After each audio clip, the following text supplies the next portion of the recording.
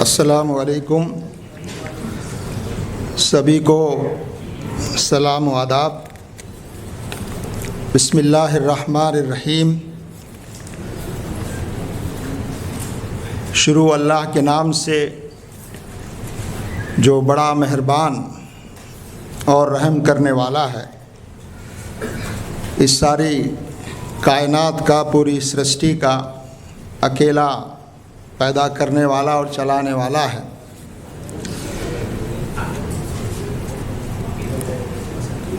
आज का ये इजलास और इसमें मौजूद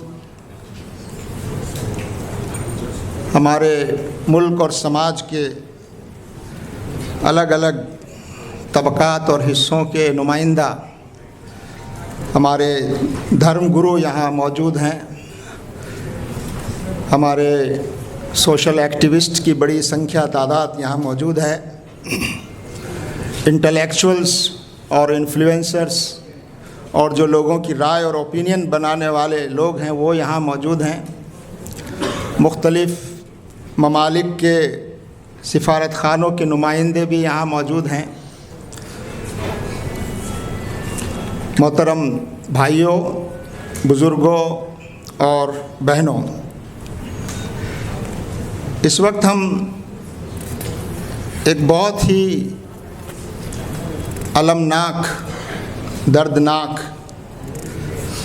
और गंभीर हालात से गुज़र रहे हैं। पूरा देश, पूरी दुनिया, ख़ास तौर से ईरान पर 28 फरवरी को अमेरिका और इसराइल की तरफ से एक तरफ़ा तौर पर जो अनप्रोवोक्ड अटैक किया गया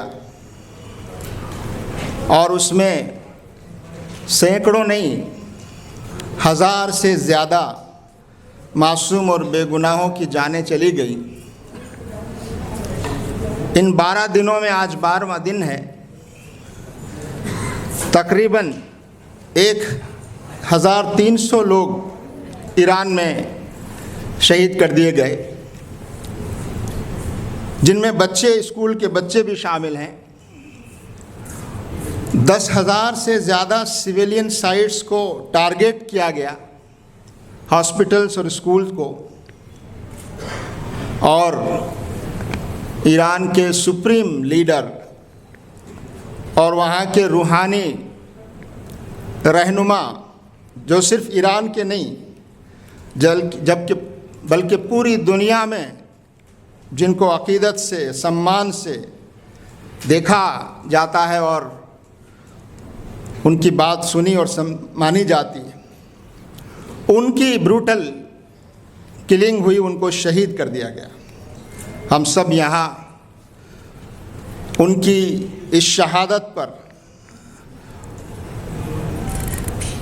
ताज़ियत के लिए और पूरे ईरान की आवाम के साथ सॉलिडेरिटी और हमदर्दी के लिए यहाँ पर जमा हुए हैं। ये बात हमारे सामने रहे।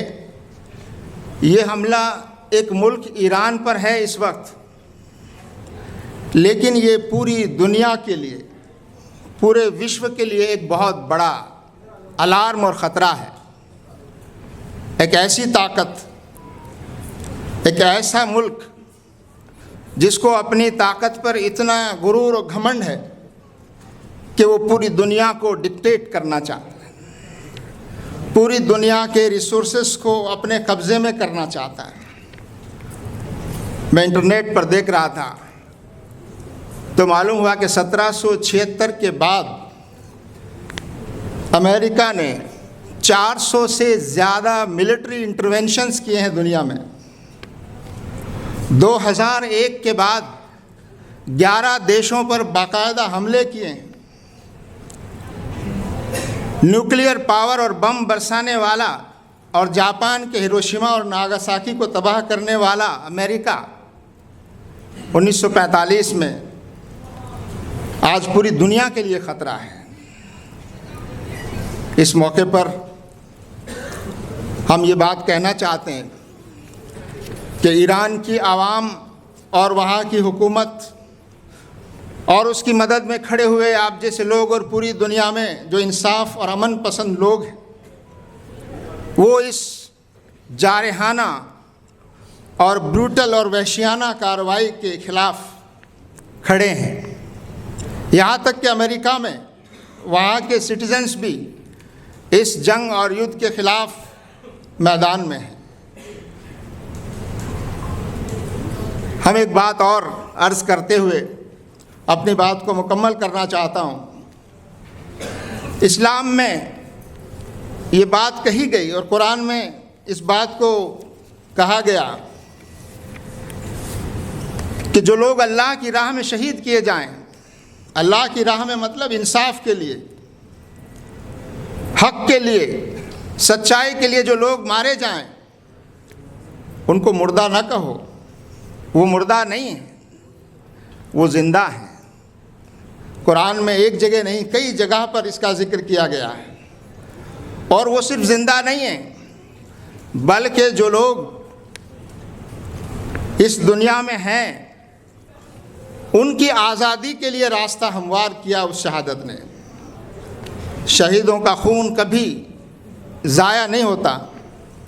शहीदों का खून, मज़लूम का खून बड़ी बड़ी सल्तनतों को हिला देता है। ये बात आज के इस दौर की उस ताकत को जो आज के दौर में फ़िरौन बना हुआ है, उसको ये बात समझ लेनी चाहिए और पूरी दुनिया को हक और इंसाफ के साथ खड़ा होकर मज़लूम ईरान और ईरानी आवाम और फिर पूरी दुनिया की अमन और शांति के लिए जो ख़तरा है, उस ख़तरे का मुकाबला करने की हम सबको कोशिश करना चाहिए। हमारा देश भारत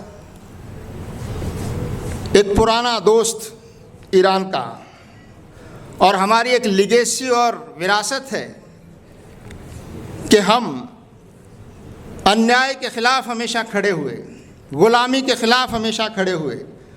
किसी देश की आज़ादी और सॉवरेंटी पर अटैक किया गया तो हम उसके ख़िलाफ़ हमने आवाज़ उठाई। आज के इस वक्त में हम समझते हैं कि हमारे देश भारत ने अपने गौरव और अपनी डिग्निटी को बचाने और उसको और ऊंचा करने का एक बेहतरीन मौका खो दिया। हमारे मुल्क को चाहिए था और अब भी हम समझते हैं कि ऐसा करेंगे हमारे मुल्क के हुक्मरां कि वो खुलकर हक और इंसाफ के साथ खड़े हों और जुल्म और नाइंसाफ़ी के ख़िलाफ़ आवाज़ को बुलंद करें।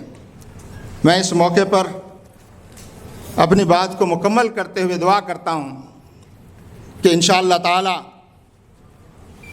हक और सच्चाई की जीत होती है। जुल्म और नाइंसाफ़ी की उम्र ज़्यादा नहीं होती। हमारी करेंसी पर तो लिखा रहता है सत्यमेव जयते, हमेशा सत्य की ही विजय होती है। मैं अल्लाह से ताला से दुआ करता हूँ, हम सब दुआ करें कि ये जंग बंद हो। जहाँ भी ज़ाहिर है कि रिटेलिएशन में, डिफेंस में जो हमले हुए हैं, उसमें भी बेगुनाह लोगों की जानें जा रही हैं। ये किसी के लिए पसंदीदा नहीं है और पूरे मुल्क के हालात बिगड़ते जा रहे हैं। उसका असर हमारे देश पर और उसकी इकॉनमी पर और दूसरे मुल्कों पर भी हो रहा है।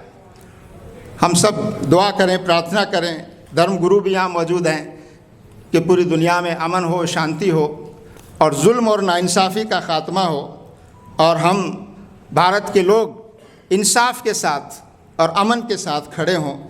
मैं इसी के साथ उस परवरदिगार की बड़ाई और प्रशंसा के साथ अपनी बात ख़त्म करता हूँ। शुक्रिया, धन्यवाद।